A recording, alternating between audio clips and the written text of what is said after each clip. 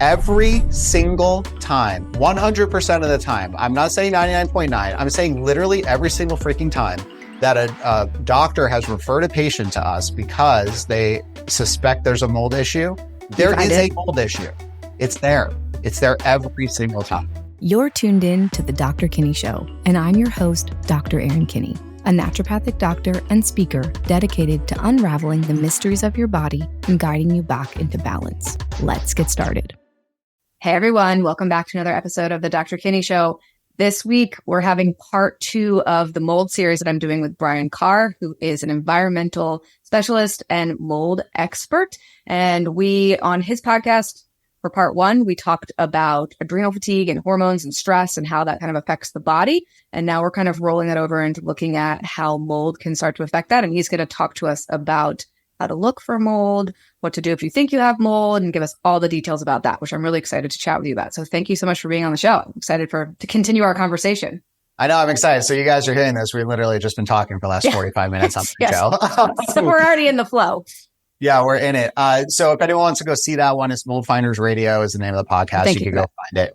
And then, we'll have them named so you guys know what they are. But yeah, I'm excited to keep doing this. So really what we're trying to do with this pod is to connect the dots now between what's happening in the house to what we just talked about on mine, which is how what's in the house is affecting your body, right? So we're kind of connecting the dots there. Starting at the top, there are just some like core misunderstandings about how all this stuff works in the house. And I think because of it, what it does is it gives people a false sense of security that there's no problems going on because there's just a lack of understanding of how it all works. You combine that with the fact that our industry, unlike yours, it's like the wild, wild west. You don't need, you get certified in 2 days, you get licensed in 2 or 3 days. And oh, wow. Bam, I didn't know that. And you could go out and be a mold inspector, right? And interesting. If you're good at getting reviews on Yelp and stuff like that, you could literally be doing it for 3 months and have 100 reviews if you wanted to. That would make it look like that you know what you're doing. And really, the reviews are all like think about who writes. I don't know why I'm going into this, but it's fine. Think about who writes reviews on stuff, right? It's it's not everybody, right? No. It's a subset of people. There's 2 reasons people do it. One is if you're pissed off, right? And then the other is if you were somehow, usually, I won't say all of them, but if you're somehow prompted from the business owner that's either asking you / incentivizing you to write a review, right? And the reason I say all of that is because we kind of have to think about mold inspections, knowing what's happening in your house differently than you think about where's the best happy hour in town. And it's a very, very different thing. It's the way that we go through it. And the reason that somebody would be going through it who's listening to this show is it's a health issue, right? It's not a who has the cheapest beer from 2 to 4 o'clock kind of thing, right? Yeah. Like I'm not trying to go on and find the cheapest eye surgeon to do a surgery on my eye. No, I'm trying to find the best eye surgeon to do a surgery on my eye, right? And I think that's kind of the first place that I see sort of issues come up, because what happens is you go down that path because that's where everybody goes. It's not your fault, right? You're like, I need something. Where do I go? You go and you search for it, and Yelp is where you search for stuff. I do it all the time, right? So it's not like there's a problem, but what happens then is you're like, okay, well, do they have good reviews? What do people say? Okay, they're saying good things. They're happy with them, right? Cool. Let me call them. Let me talk to them. All right. They said stuff that kind of makes sense. So what are they going to do? They're going to come in. They're going to do air quality testing. Mold floats in the air. So in your mind, I guess that makes sense. If I'm breathing and it's in the air, come do air quality testing. I'm going to tease this up front. Air quality testing gives you a 70% false negative.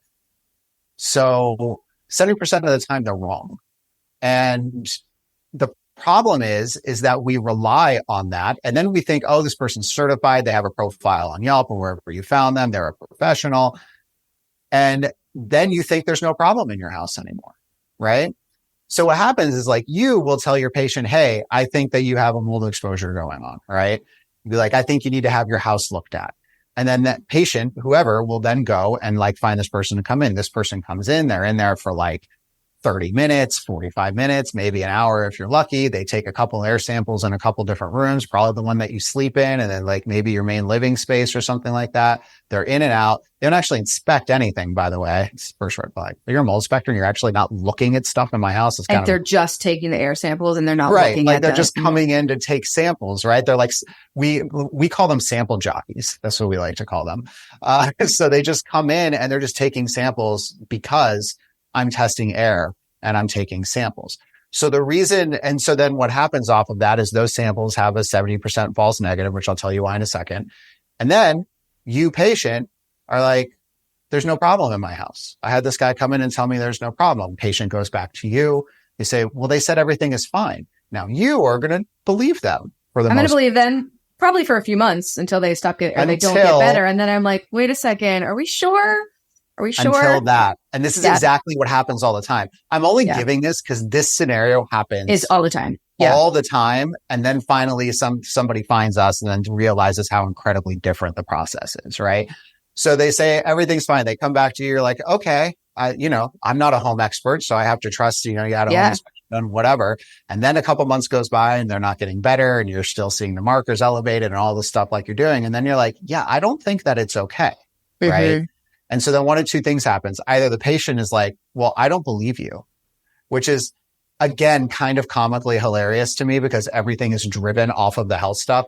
I will tell everybody listening to this or listening this thing, and this is not an exaggeration, every single time, 100% of the time, I'm not saying 99.9, I'm saying literally every single freaking time that a doctor has referred a patient to us because they suspect there's a mold issue, there is a mold issue. It's there. It's there every single time. That's really confirming. I'm happy to hear this because there are some patients where I'm like, man, the same thing, they'll come back and be like, no, the house is fine. I'm like, really? Like, you are presenting like someone who has definitely been exposed to mold. And yeah, so that's good to hear that my intuition's probably right on that one. Yeah. I haven't been using the right inspectors. This is, well, we'll talk about it. Yeah. But anyway, so I kind of want to set that scene, and then you either don't believe the doctor and then somehow are like, I'm going to go find a new doctor because this doctor can't treat me because I'm trusting $800 home inspection guy who got certified in a month over doctor who's been practicing forever and has to go through all these hoops to even be one, right? Like it's just kind of comical a little bit when I think of it like that. But the reason people think of it like that is because the idea of doing a lot of work to your house is stressful and expensive, overwhelming, expensive, and they want that to be true. Yeah. So if they get someone to tell them that there's not a problem in their house, it's much easier to go try to find another doctor who's going to put you on a different protocol. And it's not going to be a lump cut, 20 grand, 30 grand, 50 grand. But you may end up spending that over 5 years if you don't get better. Over time, you may end up spending more. And so that's the thing, is to kind of readjust our mindset to like what we're doing. And what you're doing isn't going to completely work if the exposure continues to happen, right? Yeah. And they're going to feel like it doesn't work. And then people bounce from doctor to doctor all the time. And they're putting all of their eggs in the basket that the thing that's going to be more difficult for me, which is moving out of my house for a few months and getting some remediation work done and spending a chunk of money, I would rather that not be true. So I would, and let's not diminish, that is definitely very stressful, and very understandable why you wouldn't want that to be true. Yeah, no, it 100% No one wants to go through that. But if it's the thing that's keeping you feeling really crappy, and at part 1, we talked about all the different symptoms that can, occur in the body when you've been under chronic stress. And maybe I'll just say this so we can kind of have this thought through the rest of this episode. If you've been exposed to mold, your body stress level is going to be through the roof, no matter what your other stressors look like in your life. So mycotoxin and mold exposure is very, very physically stressful to the body. And it will put you in chronic fight flight state, and it will cause adrenal fatigue, and it will cause all the symptoms that we talked about in the previous episode: joint pain, muscle aches, fatigue, low libido, brain fog, weight gain, digestive disturbances, depression, anxiety, insomnia. So laundry list of symptoms can be caused from chronic stress and also be caused from mold exposure. And I'm sure you've seen, as you said, you've seen all these symptoms, right, in your clients? Yeah, when you explained every single symptom on our episode, I was like, I literally have heard every single one of these. Yeah. It was pretty crazy how validating that is on us to like kind of see it. And just like real quick, and then I'll move on. The reason I just said what I said about how all that works, it's not to downplay that it is a stressful thing. It's for us to understand how our like human psychology works. Yeah. Right. Yeah. Because that's a good point. You can't like shift how you react to things unless you're aware of why you are reacting to those things in a certain way. Right. And so that's the point, is for us to understand like short-term pain versus long-term pain, and that we will always do the thing that provides less pain right now than the thing that provides more pain later on. If I'm given the option of get shot with a gun right now or just cut my arm 10 times, I'm going to take cut my arm 10 times instead of shooting a gun. But maybe when I do that, I bleed out in 4 hours. Right. Yeah. But you'll always go to that because it's your body's initial response to avoid as much danger as possible in the short, immediate term. Right. And so that's just like the thought process, and just a different thing to kind of consider and keep in mind when you're thinking about how all this stuff might be going on and what the long-term best decision might be for you. Right. So that's kind of that piece. Let me explain the 70% false negative thing real quick. That'd be great. So when I say that, what happens is that the majority of these like local inspectors will come in and they do what's called air quality testing. They do air samples. So what that means is they take an air sampling pump. It sucks air into a pump basically, and there's like a collection media plate on it, right? And they put it at breathing levels. So they put it anywhere between like 4 to 5 feet usually, and they'll stick it there, okay? And they'll collect a sample for like 5 minutes. They'll be like, "This is what you're breathing right now." Right? This is what the breathing looks like. And that's how they collect the sample. Now, the thing is that isn't anywhere near where the source might be located. Okay. So what I want to start like encouraging us to do is take away like what other people are telling you and just taking it for, and actually just think about it yourself logically, like apply your own just like analytics to what somebody's telling you, like your own gut check on something, right? Like just gut check it yourself. In theory, when someone tells you that makes sense. So I'm going to add the other couple pieces here that now make it seem like it doesn't really make a lot of sense to use it that way. The further away you get from a source of something, the less effective you're going to be able to identify where the source is. And the less concentration that amount of stuff is going to be in a sample because you're further away from it. So for example, if you live in a 2-story house and downstairs, like for me, my wife's cooking dinner or something, right? If I'm up in my office and really far away on the other side of the house, I'm probably not even going to smell it, right? But as I start walking closer through the loft and then to the stairs to go down, I start smelling dinner, and then I get into the kitchen and I smell all of it, right? Just because I was in my office doesn't mean that the smell didn't exist. Just because a tree fell down in the forest and no one was there doesn't mean that it didn't happen, right? It just means I was too far away to notice it. Right? And that's what's happening when you do an air sample in the middle of a room to test air quality, because mold does not grow in the air. It's not where it grows. The source of mold is not just actually growing and attaching to stuff in the air. That's not how it works. What gets into the air is like the secondary kind of cross contamination that happens. But the source is behind a wall, in a ceiling, under a cabinet, in your heating and air conditioning system, wherever that is, right? So the big kind of way that we go about doing this is understanding what the true purpose of a mold inspection really is. The first is to find where the sources of the problem are. Because if you don't know where it's coming from, there's no way you can possibly fix it or stop it, right? That's the first thing. And then the second thing is to try to figure out how it's moved and cross-contaminated other areas, right? So what they're really doing is bypassing the first thing and trying to skip to the second thing, except the sampling that they're using is not the right sample to tell you the second thing. It's actually the wrong method to tell you what's going on. So imagine you were like testing for a specific hormone that you needed, a blood test for, and you're like, cool, we're going to do a urine test. Yeah. Okay. So it's just not the best way to collect it. So is that because of how they collect it, or that reagents, or what is that? So it's because of two things. One is because when you're up in the middle of a breathing zone, it's incredibly variable. Your airflow patterns change at all time. You're getting a snapshot of time over a random 5-minute period, where if I came in there and had my 4-year-old jump around that room like the maniac that she is, you would have much more floating around in the air as opposed to being in a room where there's nothing going on. So the first problem is that you shouldn't be sampling the air. That's the first problem, because the air in a short period of time is not actually telling you what's going on. It's happening long term. I gotcha. Right. So where do you sample? So you actually sample settled surfaces where gravity, the dust, looking at the dust. You sample the dust. That's what you sample. Okay. And the nice thing about dust testing is that you can get way more specific in the analysis that you're doing as well. You could do DNA formatting. You could do chemical, analysis for like mycotoxins. There's just more you can do there as well. And then the research backs all of this up. So there's been multiple studies that basically say that, like, if you're trying to evaluate exposure in a house, you have to be analyzing the dust because of something that's called the human cloud effect. As you walk around, you sit on your chair, you bump your table, you do whatever, you pop up these particles that have settled down on these surfaces. They pop back up into the breathing zone. Think of that really dirty kid in Charlie Brown that had the cloud of dirt around him all the time. Yep. That happens to us. Pigpen, is that what it was? It was a pigpen? Yeah, that's it. Yeah.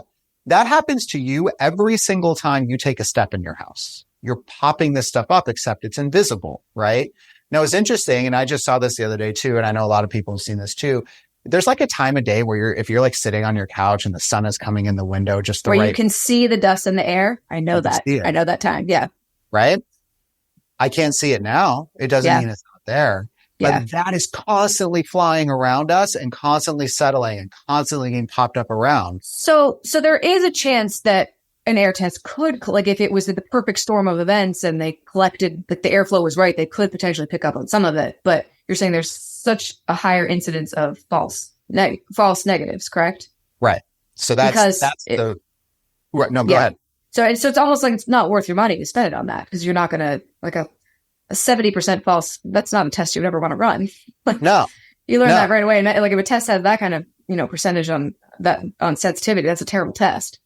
And so how do I know that number? So for a year, every house that I went into, if I thought there was a problem in a wall, right? And I'll talk through like why I would think that in a minute. But if I thought there was a problem in a wall, instead of sampling like randomly somewhere else, you sample in the wall where you think the problem is to address the first goal of an inspection, which is, where is the source coming from? Because you can't stop it if the source is there. So to sample in a wall, you put a little hole in the wall. It's like the size of a Sharpie pen. Put a tube through the hole, connect it to that same air sampling pump.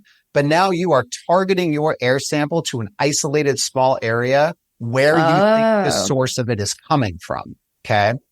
So it's not that all air samples suck. That's not the thing. It's that if you know that there's particles or dust or whatever in the air. Yeah, that makes sense. So I did that. Every house, I just picked one spot that I thought that the wall was going to be a problem. And then what I did is I took literally just like 3 steps away from the wall and I put an air sampling pump up a breathing zone. You wouldn't catch it on the air pump. And 70% of the time that this wall had a problem, this air sample said there was nothing. So interesting. So wow. Okay. Could we maybe start with, so let's use the example of someone who has seen a doctor like myself. I've said to them, hey, I'm pretty sure you have a mold issue. You've got these mold markers, or maybe we found mycotoxins or whatever. Go get your house checked. They call Joe Blow from the internet. They find nothing. They come back to me. They maybe go through several doctors. They end up calling you. What is that? Tell me what the process looks like from there. Well, it's a lot. We treat it the same way that like you would treat a patient coming in and onboarding them, right? There's like initial information we need up front to understand their house, their previous history of the house. You ask medical history, who's this, who's that. We do the same exact thing for the house. Literally everything that you need to know, because it ties back to like one of the other big kind of misunderstandings about this stuff is that you don't need a water problem right now for there to be a mold problem. You need a water problem sometime in the history of life of that house. Problem. And that leak could have happened 10 years ago, but if you didn't remove the mold that possibly grew from that, it stays there and the pieces of it break off and it moves into the space. And the thing is that our body isn't only looking for spores. It's looking for anything with the DNA signature of a foreign invader that's not supposed to be there. And I think that's like a big problem that people kind of misunderstand is like, it's only spores. And that's not true, because the particles that break off of colonies can be carrying mycotoxins, could be carrying other things. They could trigger immune responses, even if they're not able to grow currently, like that sort of thing. So anyways, backtracking to the question. It's understanding history of the house. How long you've been here? How have you felt while you've been here? Why did you even call us in the first place? Usually it's a health thing. Tell me about your health thing. You don't have to go super into it, but the reason that I want to know about this is because it helps me understand how deep into the testing panels we need to get, right? If you're somebody that is like super mega hypersensitive, we know we have to get into understanding mold fragment load through the house. Is there mycotoxins that are triggering stuff? And then additionally, bacteria and their toxins, which is really overlooked, although the medical community has in the last 5 years started wrapping their head around it a little more and making it more aware. But if there's a water issue in your house, bacteria is the first thing that grows. And again, our body is not like only this thing. Well, in some cases it can. I don't want to give a blank statement. It could be trained to like look for something, but generally it's that what a lot of the doctors that I've talked to over time have kind of changed how they talk about it. So like earlier, like maybe 10 years ago, some people would refer to it as like mold illness or mold related illness or something like that. And it's now shifted to basically water damaged buildings and the impact of a water damaged building on the body, which could not only be mold, but could be biotoxins, could be bacteria and all the things that triggers our body's immune systems and all that stuff that goes on. Right. So if I'm talking to somebody and they're giving me every symptom on the list that we talked about on our episode first, right? I'm like, all right, we're talking multiple systems in the body. We're talking a lot of different symptoms. Maybe they tested positive for a mycotoxin test and a urine test, like whatever it is. It helps me understand how we need to look at the panel of testing that we're looking at throughout the house. But the core process is the same every single time. It's where is it coming from? And how is it moved and spread through the house? Remediation only does not work. So that's the right way of saying it. The only reason remediation would not work is if you didn't address both of those things. Got it. So there's only two reasons remediation doesn't work. Reason one, you didn't find all the sources. You didn't get rid of them. Reason two, you didn't clean up the house of all the mess that was created from the sources. So like, think of it this way. You live on a street, you drive down, you're half a mile from a factory. There's a factory a half a mile from you, right? Factory is creating whatever it's creating inside. We can't see it. We don't know what it's doing, right? Out of the top of the factory, smoke comes out of the factory. That's the byproduct of the factory. We live a half a mile down the street. We walk outside. We're breathing all the smoke that came out of the top of that factory.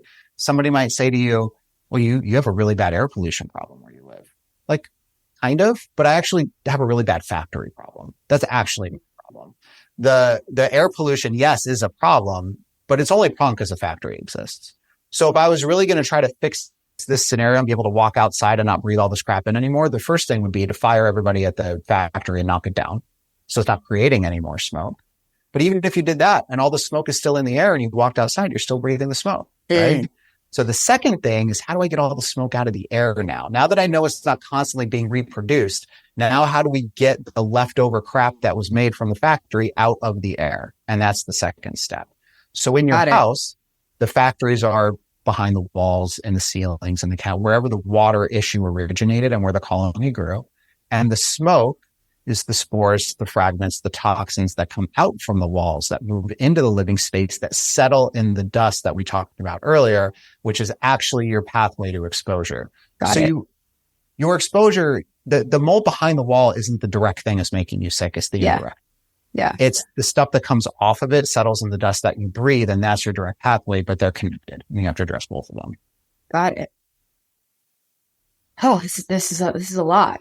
So, can you maybe talk about, I mean, you mentioned how like you would go to a wall and you would sample where you thought the problem was. How do you know that?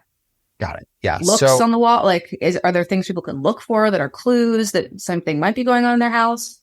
Yeah. Maybe, and I've shared them a lot. Well, and I was just going to say, I have a family that I'm treating right now, and they found mold in their house. They've remediated it.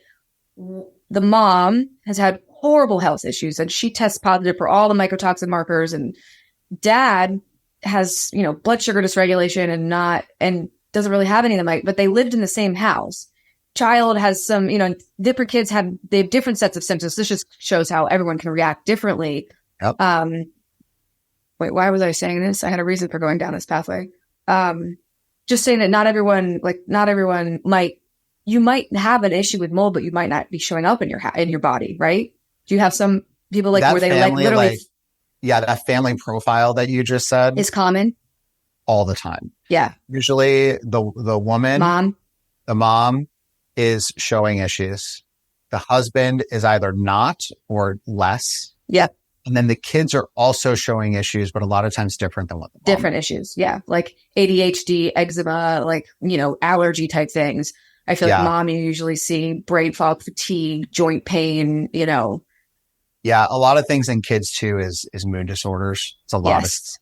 Yes. So a lot of times we'll see like if you notice that your kid over a period of time doesn't seem like your kid, like they're acting completely different, that's a pretty big thing that we hear about, right? So like, and you mentioned it on part one, the mold rage, the anger, the short fuse, like all of that stuff that happens, the anxiety, the stress, like all of that, like you can see that, but kids are even less capable of understanding how to like deal with that. Right. So like as an adult, you're like, I shouldn't be yelling and screaming at this other human being over here. Yeah. Right. So like you can kind of like taper that down, but you still have like the neurological effects that are going with that, where kids, they don't really get that and they just go. Yeah.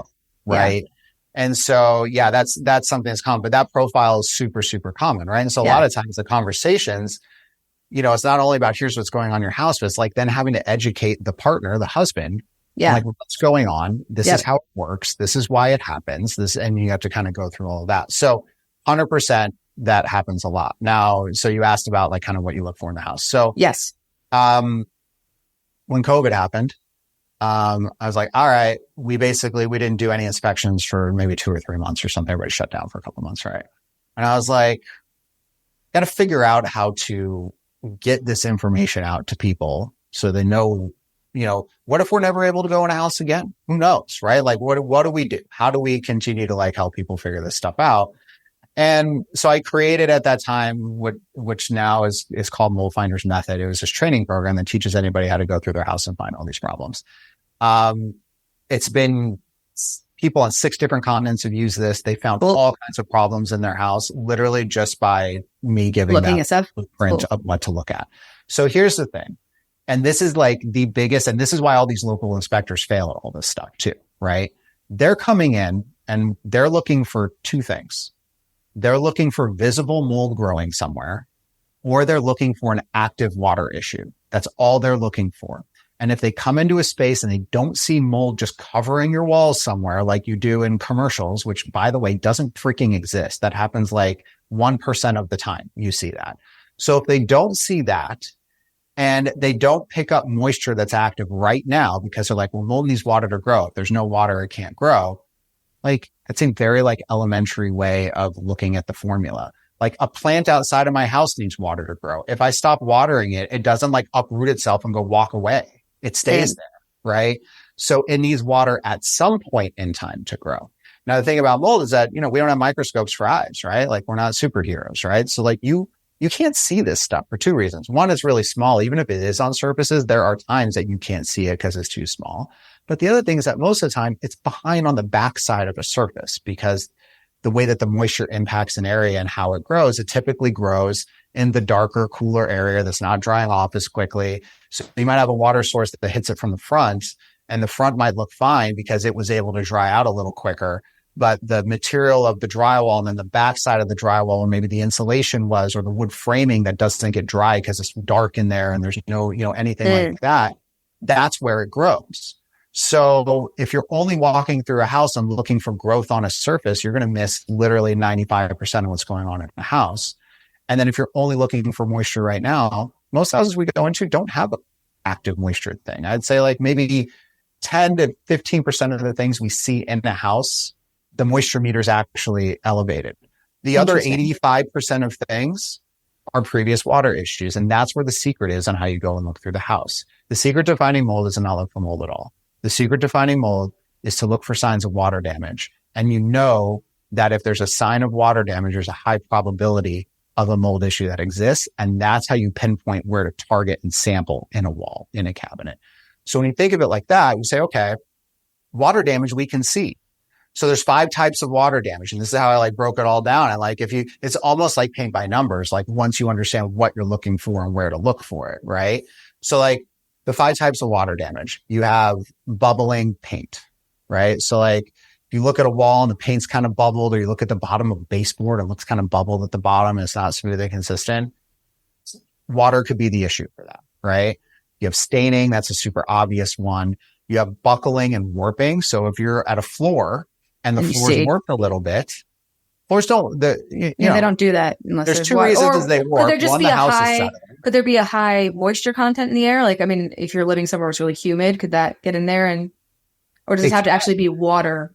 No, it can, but moisture is water. Well, I know. So if there's high moisture in the air and you didn't necessarily have a leak or something, that could contribute, correct? It could in certain places. So you're more likely to see like a humidity issue cause a problem in places. Got it. For example. Okay.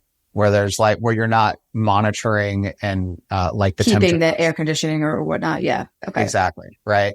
So you got bubbling, you got warping, you've got staining. We said, you have like rust and efflorescence, like corrosion, right? Yeah. So like if you see rust on a nail, the only reason there's rust on a nail is because moisture got to the nail and created a chemical reaction, which is rust. That's why rust is there. You can see rust, right? So these are things that you can see. So as you go through these things, you say, okay, I can go through and now I can look for some of this stuff. And this is how I train my entire team. Yeah. You have to know what these things are, and you have to know how to identify them, even at their smallest, kind of thing that a lot of people would overlook. For example, sink cabinet, right? So common. There's problems in sink cabinets, but people don't really think about it to look at it for 1 or 2 reasons. 1, there's too much crap under your sink and you can't see it, right? Yeah. Or 2, sinks leak. What happens? Yeah, they do. There's little bubbles in here. There's not mold on the surface, and it happens all the time. The normalization process of this stuff that people do is something that we have to overcome, right? Like we talked on the first episode about a lion coming to attack you. So let's play this game. Let's say that we're living back in like caveman times, right? And there's this one area like in the pasture by the water or something where all the lions are, right? And you're like, well, there's lions there. So people get killed and eaten all the time because there's lions there. Is that okay? Like maybe we should not have the lions there. Like what if the lions were not there and then we could go to the water, right? But no, because they just eat up and kill everybody over there all the time, we now will just walk over there and just chalk it up to, well, there's lions here and I need the water. So I guess I'm just going to get eaten up and die. And that's like the same thought process of my sink leaks. Well, they happen all the time. So I guess I'm not really going to worry about it. And mold is going to grow under there and I'm going to have a source in my house that's a problem, right? So we need to shift our mindset to the areas that have the most likelihood for water issues and be more concerned about those and not normalize, like opposite of normalize them. I don't know what that word would be. To treat it like it's a problem. Yeah, like treat it like it's an issue. So that, walls by showers where your kids are splashing out and stuff like this. Like just because you know where the water came from doesn't mean the building material thinks of the water any differently, right? We add context to stuff all the time as humans and processing things. Our house is not smart. Our house doesn't understand the blueprint. Our house doesn't understand that there's a shower next to this and I got a 3-year-old kid that I just can't keep in line in the shower. You know what your house thinks? Water keeps hitting this wall. Water, water, water, mold. That's what it thinks. And so if we can just be aware of like those types of things and reducing the amount of moisture issues that are hitting our building materials, then we can reduce the likelihood of mold problems existing. And if we're at the point now we're trying to figure out where they all are, then we need to understand that we have to look for these things. And even if I show you something that has like just a little stain on it, it's not what it looks like on the front that's a little thing. It's what the potential of that is down underneath, and to understand that we need to, figure that out and see what it looks like. My brain is like, I got to go retest my house for mold because I'm going to give like 3 spots. I'm like, I got buckling there. You do really great videos on your Instagram. That's you, right? Of the little video, like showing the spots. Yeah. What's your Instagram handle? We'll put it in the show notes, but just so Mold Finders. So go, if you want to look for some of these examples that he's mentioning, he's got great little videos and, to show you like, hey, here's what mold could look like. which is, Yeah. I mean, those videos, they all come from my team. We do inspections all over the country. And on the back end, like behind the scenes, like, guys, I want you to share internally these things that were kind of hard to find. Yeah. So it can help train the rest of the internal guys to be looking for those same things. Yeah. So we were doing that for a while. I was like, well, why don't I just use these to help teach other people how to do this too? I've got all these videos. Yeah. This looks like nothing. And then all of a sudden it's something, right? So yeah. So I have a question for you, like, and this is a common answer that I get. I ask everyone, like, any known history of mold exposure, any water damage in your house that you know of. And sometimes people will be like, it's a new build. And that's the answer I get. No, it's a new build. And then we kind of move on. So, I mean, if a house was built in the last 5 years, could it still have mold? Yeah, I would like qualify what new build means. Well, I know. Well, I mean, sometimes we'll go there, but again, I think this kind of goes to this mindset. Sometimes people are like, it's like, no, it can't be my house. And I get that a lot. No, it can't be mold. I've ruled that out, because no one wants it to be mold, which we talked about earlier. Like, you don't want that to be your issue, because it's, especially if you're like, I just bought this house and I just moved in, you don't want that to have to, but I'm wondering if maybe there's a better question I can ask if someone's like, oh, my house was just built 2 or 3 years ago. There's no way it could be mold. What should I be asking in order to like gather? Yeah. I mean, there's a combination of kind of questions, right? Age of the house is a huge one, right? And not just, is it a new house? Is it a new build? Like, there are people that we're used to, like people on the East Coast, like all of those places are super old, right? You got 100-year-old buildings. Yeah. So if you just ask like, yeah, are you in like a new place? You're like, oh yeah, it's a new place. What does new mean? Oh, it's new like 20 years. It was built in 1985, but it's not a 100-year-old house. Like, all right, that's new. There's enough time there to have some water. That's damage. A long time, right? Yeah. Now, the thing with the age and the time is you can't just completely do it. Like, I was in a doctor email chain at some point, some of these groups or whatever. And one of the doctors just put out a flat statement that said, if you're in a house that's less than 10 years old, you're fine. And it is the most. But you could have you could have had water damage in a new house. Like, I know. Or you could have it leaking in your sink, like you just talked about, or a kid that's, overflowing the bathtub, or I know the toilet. It was just completely like, they just didn't understand. Right. But the thing is that your practitioners, they get that mold's a problem, right? They know that. They figured that out. They know how to look for it in the body. They know how to detail, how to do all that stuff, right? But the thing that we can't realistically expect them to do is to know the inner workings of how a house, everyone's house, top to bottom. The same way that I know enough about a body to have a conversation about it, but I would never like tell somebody this is what you do for your body. Like, I don't know that to that level, right? And so I think that's part of it too. So other questions is age of house, right? There's a couple big things that are really common, and in some areas that you live in, you can't address it maybe because every house is built that way. But like, if you can, it'd be great. Crawl spaces or basements, would love to not have any of that. So the reason is when water comes outside the house, gravity pulls the water down. So you're literally fighting gravity at all times, and you have moisture just pounding the side of your house below ground constantly. And at some point, the water's going to win. Now, if you're in an older house, your house wasn't even waterproofed down that low, depending how old your house was, because that wasn't standards way back when, right? So if you're somebody who's in an 80, 70, 60-year-old house, 50-year-old house, go back and look at building standards 50 years ago. The way you waterproof a house now is not how it was done then. And in a lot of cases, it wasn't even done at all. So now you have this area below ground where water's constantly going to be moving towards the bottom underneath your house. And it's either not waterproofed at all, which means water's coming in, or it is waterproof, but over time, it's going to deteriorate and break it down. And eventually it's going to get in. So if you're able to just remove that scenario from the equation, it's ideal, right? Now, I know some places in the country, they don't build that way, right? So you kind of have to, work with what you got. But if there is, you really need to understand the waterproofing that was done on the house. And you could also add additional things on the outside of the house to help move the water away. So like you can add a French drain system that grabs it and moves it away from the side. You could extend your rain gutters farther out from your house so it doesn't fall next. So there's like things you can do also, but that's a big one. So we said age of house. We said basement or crawl space. Flat roofs are Water just sits there. Sits there. Got it. Just sits there. So if you have a flat roof or you have the ability to not have a flat roof, that would be ideal, right?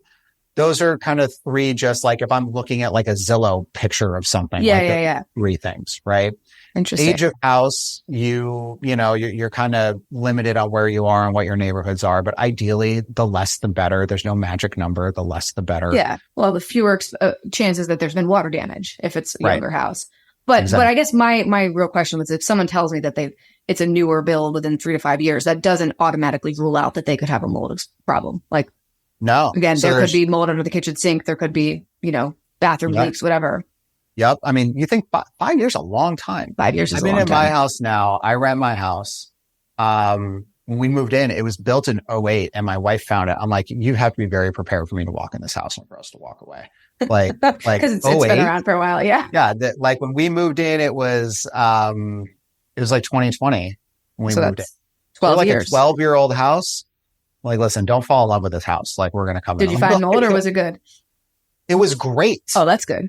There was one potential thing. I mean, the way the cards fell, it's not normal. Like what happened here.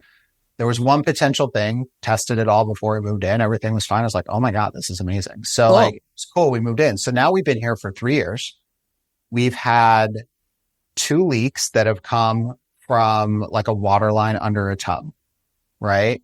So these kinds of things happen. They come up, yeah. In new houses, the same as they happen in older houses that happen. So the length of time isn't definitive. You could have a drip under your sink. You can have a kid.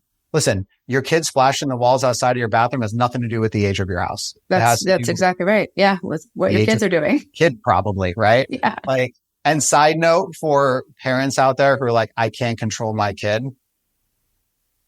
You have to be very like, I'm not like telling anyone how to parent their kid, but here's what I did with my kid. Right? Because I knew all this. She knows, she's 4 now. She knows that if a drop of water comes out of that tub, drain up, toys packed, shower or bath done. Oh, so it's end of bath time if she's end of bath time. Not me telling her don't splash out of here. It's get out of the bath. We're done. You know that water doesn't get out of here. And guess what? There is never a drop of water that comes out of that, except when I lift her out to like take her out of the tub, and I have stuff laid down to catch that water and I wipe it all up right away.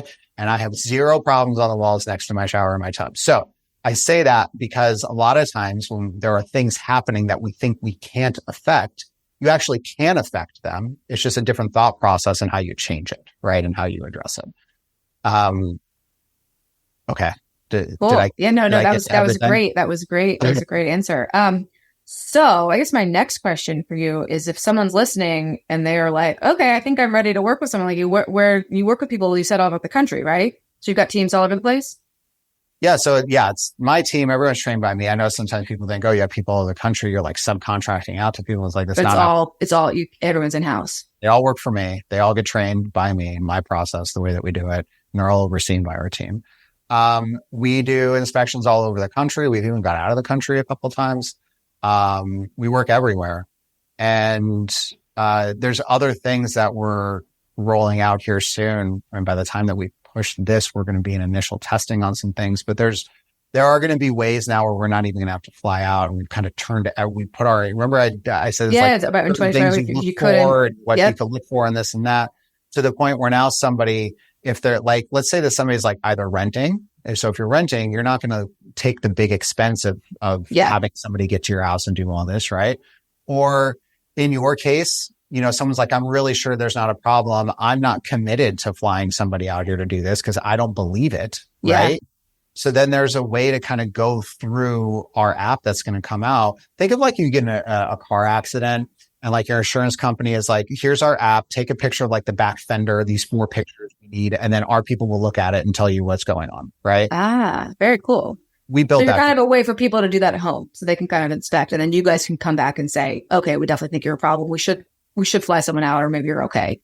Or maybe you just want to test those things and we drop your kit to test those things. Like there's ways to do it. So like it's an entire new thing that doesn't really exist in our industry. But the nice thing about it, everything I explained about how all of your local inspectors are not really going through this process the right way, it literally doesn't matter where you are now, because you can tap directly back into our team and our knowledge base to look through everything and get those eyes on everything. So we're just opening for beta testing, like literally right now, which probably from the time that we publish this, maybe in like 2 to 4 weeks after that, it's going to be like something that's like available and going. Super so really cool. Yeah. Well, I think it's a much needed, as you said, like I think in the functional health space, a lot of people's chronic health issues can come back to mold. I think you asked me, and I'm sure this is different for everyone's practice, but you asked me like, what percentage of my patients do I find that the underlying problem is mold? And I think in my patient practice, it's like 40-ish%, which is pretty high. That's like a pretty big deal. So, it's definitely something that needs to be looked into. And for especially sure. if you're not getting better, like if you've been to see doctor after doctor and you feel like your symptoms aren't getting better and you're maybe doing a mold detox, you're working on mold, but if it's not improving or you don't see the results, you're probably still exposed. Or exposed in the first place. And maybe you never believed that you were to be, I've had some patients be like, I don't really think I have mold. I'm like, well, the test is telling you there's mold, so I'm going to put you on a mold detox. And, they think, oh, maybe it's not in this house. Maybe it was some old thing. But, I think having the capability to test accurately is super helpful. Yeah. I just think of the test, like in my mind, like in like elementary school, it's like a spelling test. It's like, I know how to spell that word. Well, your test is telling me you don't know how to spell that word. So it's like, why don't we have this conversation? Yeah. So one other thing, for people, because I know not everyone, this isn't a mold specific show, right? So it's like some people, you need a little proof before you're like ready to kind of dive into something like that. So we talked about how dust harbors all of this stuff for extended periods of time. We look at dust as a screening test to understand sort of, because you think about it, you have that factory analogy, right? Like you have mold behind 10 walls, let's say, it's pushing the smoke out into the house from all those 10 different walls, and gravity's bringing that down to the surfaces. So the dust acts as like a giant collection net, basically, for everything that's going on in the house.